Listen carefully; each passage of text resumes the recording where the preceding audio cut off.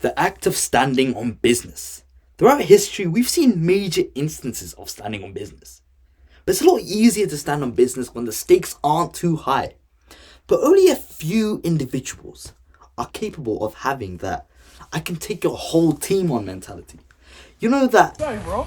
Who the hell is this? I'm the type of nigga stand on business, nigga. One man arm against 50, nigga. What you wanna do that? I stand on business, nigga. What you do? Hey, The not only courage to stand alone and take on all opposition regardless of their strength, but to also possess the skills to be able to take on the entire squad. You'll never stop at one. I'll take you all on. Bro, when I tell you this little genre or little archetype or whatever it's called gets me so hyped up, like I am not lying.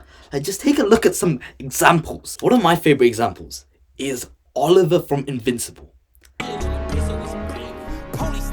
Brother, this man jumped into a fight against an op he has no idea about. A 6'8", 340 pound, yes, I Google this, one-eyed, one-handed old fella who was dog walking his older brother. And after all that, he still rushed in to help him. Don't worry about what happened next though. Yeah. Muhammad Ali standing on business against the whole United States of America during the Vietnam War, bro. Like, bro, this guy refused to fight, so they threw him in prison, stripped his titles, but did he yield? No, not my pacifistical goat. Then we've got Callan from Code Geass. Bro, when I tell you, bro, Code Geass, genuinely one of the best animes ever. Watch it. But bro, this woman was running fades in some lame ass old tech, like mechanical thing, with the equivalent to Prime LeBron.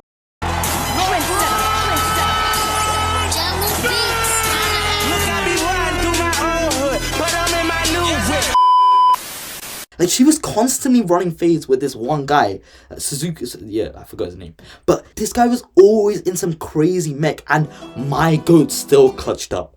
That's what standing on business means. Even when the odds are stacked up against you, you still fight. And that brings me to today's topic. The guy I'm putting you on today is a biblical example of standing on business. I introduce you to the man who stood on business against the whole nation. I introduce you to Daniel. Alright, picture the scene.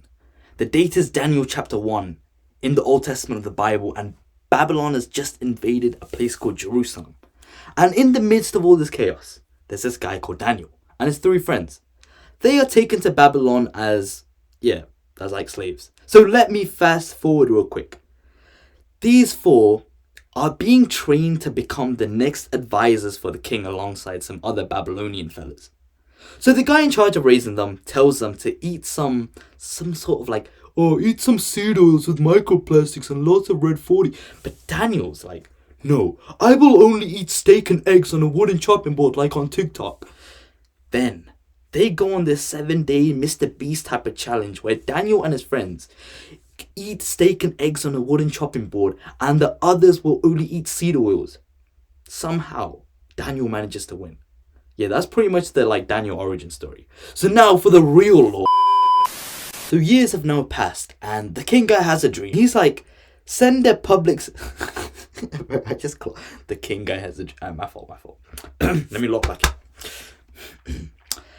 And he's like, send a public service announcement to all the smart fellas that anyone who can interpret my dream will get all the riches and gold in the world. And anyone who doesn't will be, and I quote, torn limb from limb and your houses shall be laid to ruins. Damn, bro. What did we even do to deserve this? So at this point, even though Daniel's like a level 1 crook and nobody really knows him, he and his friends are still categorized as smart fellas. So when bro hears about this, as any individual would be, he is terrified. So he's like, tell the king I can interpret his dream. So the king hears about this and he's like, yeah, cool. But Daniel is not so cool because realistically, this guy does not even know what the king's dream is, let alone how to interpret it. So what does Daniel do? Daniel grabs his bros and they all pray about it and go to sleep. While he's sleeping, God talks to Daniel and tells him exactly what the dream is and the interpretation. So now the day comes where he has to meet the king, and all of a sudden, this guy's in the mood for theatrics. I ain't gonna lie, bro.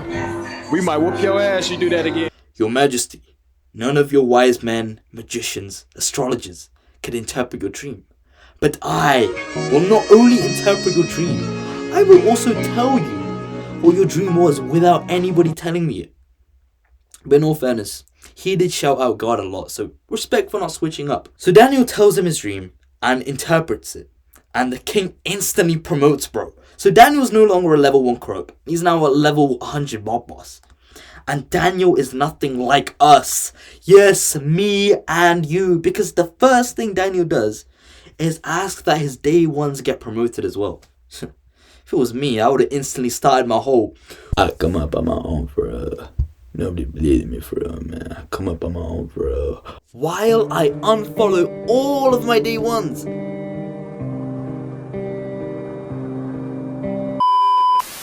So not much really happens in Daniel's life for a while. I'm lying. I will be milking what happens next for a separate video. Don't you worry, buddy. But essentially, basically his day ones get tested. There's another dream he has to interpret, and he does interpret. Then the current king retires, so there's a little time skip arc. And now the prince has become the king. So the new king is hosting one of his like crazy parties. And while he's doing that, a hand appears out of nowhere and starts writing on the wall. But nobody could decipher what was being wrote. So everybody's terrified, and they're running around, and the king does this whole, bring in every smart fellow we have, now! So they bring in everyone but Daniel, because, Daniel is essentially an unk right now, and nobody really knows bro anymore. His glory days are over. We done with the 90s, unk. Shut your lame ass up, nigga. My fault.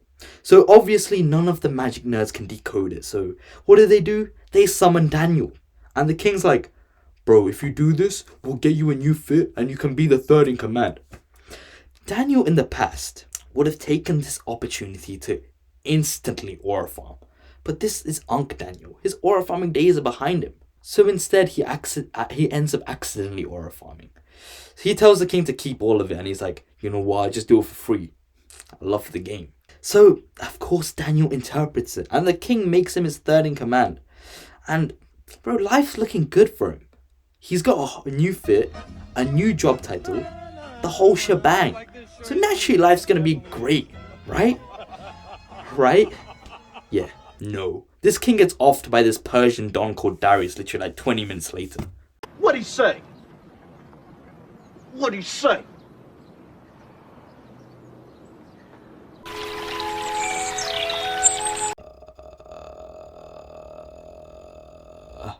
Bro, I'm writing the script for this, and I put in the notes, I should have made this a 2-part series and milked it with content. But basically, after this, Darius is no longer a hater and actually appreciates Daniel. Well, I mean, Darius wasn't really ever, but okay, never mind. And he even allows Daniel to carry on being a high-up advisor. So, life's pretty chill. Apart from the fact that every other advisor in the government is a D1 Kendrick Lamar Dio reverse flash level of hater. Like, constantly looking for a tiny little crumb to hate on. And that's where the story really starts. Yes, the last 10 minutes were just the prologue. The real story begins now.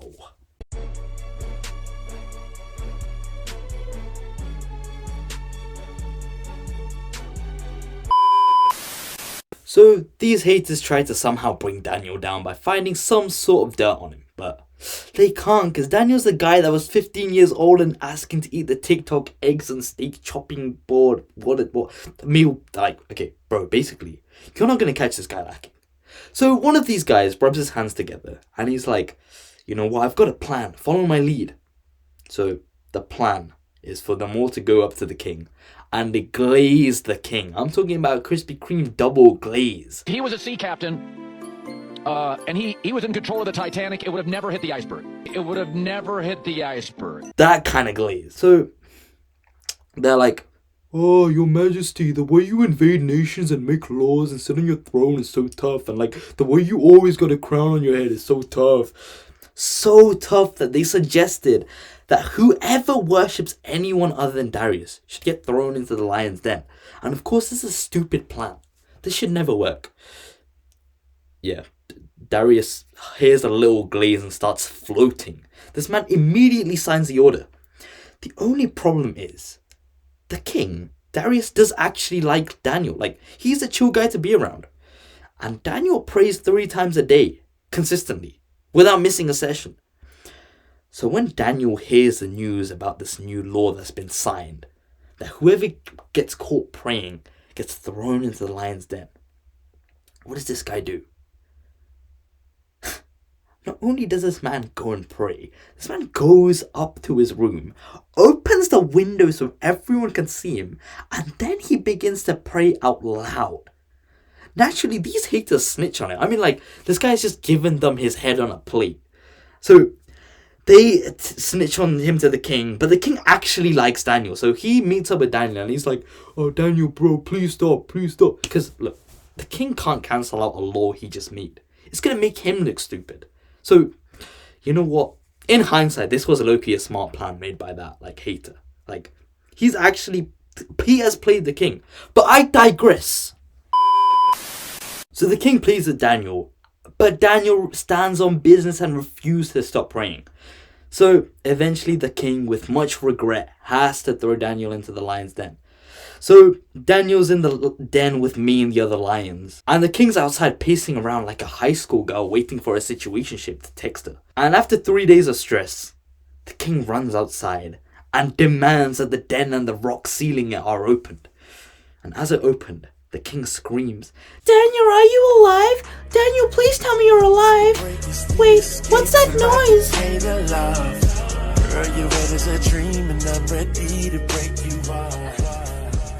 He walks out nonchalantly, petting the lions and playing with them. And he's visibly not injured at all. So the king's like, "You know what? Throw these haters in there instead." And the haters get off screen by the lions. The end.